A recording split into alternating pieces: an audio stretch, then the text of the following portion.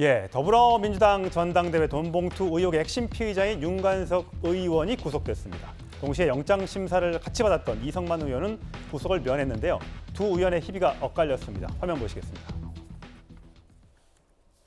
돈봉투 받은 혐의에 대해서는 인정하시나요?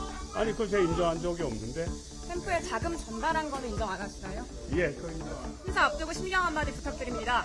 예, 보건심사에 성실하게 임하고 적극적으로 잘 소명하도록 하겠습니다. 회원들한테 2천만 원 준 건 인정하시나요? 소양회가 논의한 적 있으신가요? 이승만 다시 나가! 왜 나와? 제가 윤곽대령대 일단 한 말씀 부탁드리겠습니다. 일단 재판부의 현명한 판단에 대해서 감사드리고 우리가 삼권분립 원칙을 지켜가면서 우리 대한민국의 민주주의가 더욱더 발전할 수 있도록 만드는 계기가 됐으면 좋겠고 변명하지 마세요, 이성만 의원! 하도록 하겠습니다. 윤관석 의원 영장이 발부가 됐는데 그거에 대해서는 말하는 전 것이 시민한테 사과하세요! 예, 둘 다 인천 지역의 지역구를 둔 국회의원이다 보니까 인천 지역 주민들에게 사과라는 목소리가 굉장히 나왔습니다. 한 사람은 구속, 한 사람은 기각. 어떤 차이가 있습니까? 제가 보기에 두 가지 차이가 있는 게요. 구속 사유는 이제 범죄가 중대하고 그다음에 증거인멸 또는 도주 우려가 있어야 되거든요. 예. 근데 일단 두 의원은 범죄의 중대성에도 약간 차이가 있는 것 같아요. 일단 이제 윤관석 의원은 6천만 원 금액도 크고 그다음에 그 이성만 의원은 상대적으로 300만 원 받은 거와 1,100이잖아요. 금액도 다르고 그다음에 윤관석 의원은 주도적으로 여러 의원들 뿌리잖아요. 그러면 이게 그 법정형이 5년까지 가능한 기획. 근데 이성만 의원은 3년이야. 따라서 이제 법정형이나 중대성이 첫째 다르다는 거. 예. 그다음에 두 번째는 증거인멸 우려죠. 왜 그러냐면 이게 이성만 의원은 기각을 좋아할 게 아닙니다. 300만 원 받은 거와 1,100 준 게 증거가 이미 다 수집돼 있어가지고 인멸할 증거가 없다는 거예요. 이거는 이게 유죄는 나중에 나올 겁니다. 따라서 인멸할 증거가 없다는 건데 문제는 이제 윤관석 의원은 20명. 물론 이게 검찰에서 상당 부분 특정했지만 아직 이름은 나오지 않았습니다.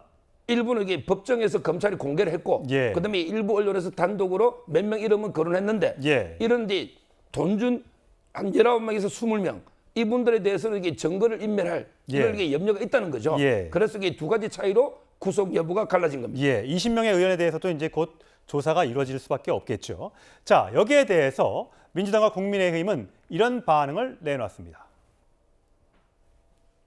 민주당이 보여준 그들만의 리그, 도덕적 해이가 법의 판단과 얼마나 괴리되어 있는지도 여실히 드러났습니다.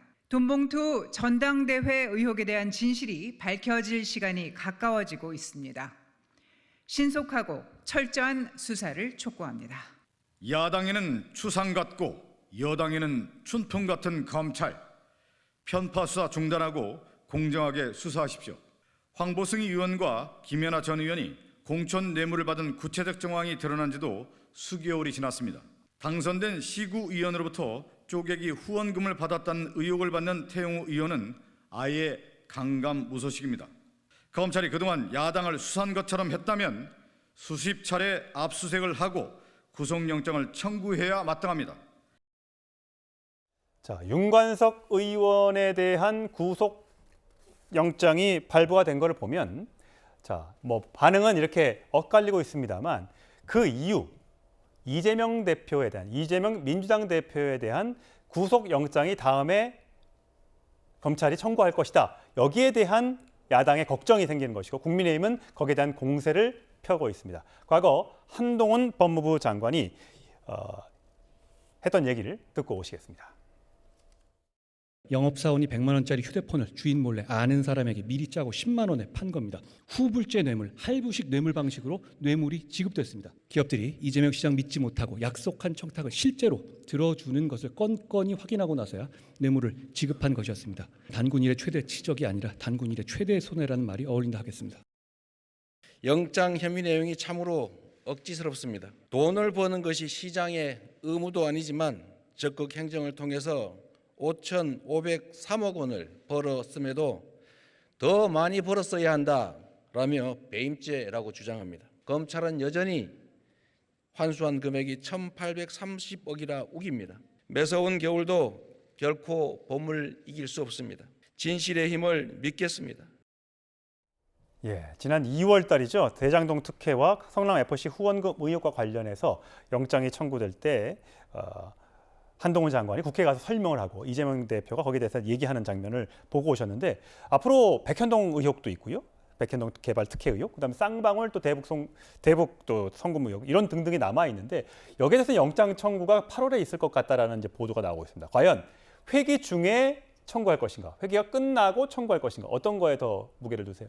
임시회가 8월 16일부터 시작이 되고 곧바로 9월부터 정기회가 시작이 되기 때문에 아마 검찰 수사 속도로 봐서는 회기 중에 청구될 가능성이 매우 높을 것으로 보입니다. 저는 우선 앞서 윤관석 의원과 이성만 의원 보셨겠지만 이 법 앞에 온 국민이 모두가 평등하다는 이 기본적인 상식이 증명되는데 너무 오랜 시간이 걸렸습니다. 안타깝고요. 이 민주당에서는 이 모든 일련의 민주당과 관련된 수사를 두고 검찰 기획이다, 소설이다 이런 말씀을 하는데요. 이 법원에서 영장실질 심사를 한 결과 내용에 이런 내용이 있습니다. 이 검찰에서 이미 많은 자료를 확보하고 있다. 상당히 의미 있는 내용인데요. 앞으로 이 법원 공판에서도 상당 부분 자료가 제시될 걸로 보이고요. 저는 검찰이 이 송영길 대표와 관련된 전당대회 돈봉투 수사, 또 이재명 대표와 관련된 여러 의혹들에 대해서 빌드업을 거의 끝냈다고 봅니다. 축근 수사를 다 끝냈기 때문에 이제 남은 건 송영길 대표에 대한 소환, 그리고 남아있는 백현동과 이 불법 대북 송금 관련된 이재명 대표 소환, 이 두 개가 남아 있습니다. 이 부분에서 특히 이재명 대표에 대해서 영장이 회기 중에 청구가 됐을 때 민주당이 어떤 선택을 할 것이냐, 이재명 대표가 당당하게 얘기했던 불체포 특권을 포기하겠다고 했던 약속을 어떻게 지킬지, 이게 국민들이 관심을 갖고 있는 대목인데요. 검찰 기획이다 이렇게 항변만 하지 말고 법원 앞에 가서 당당히 영장 실질 심사를 받기 바랍니다.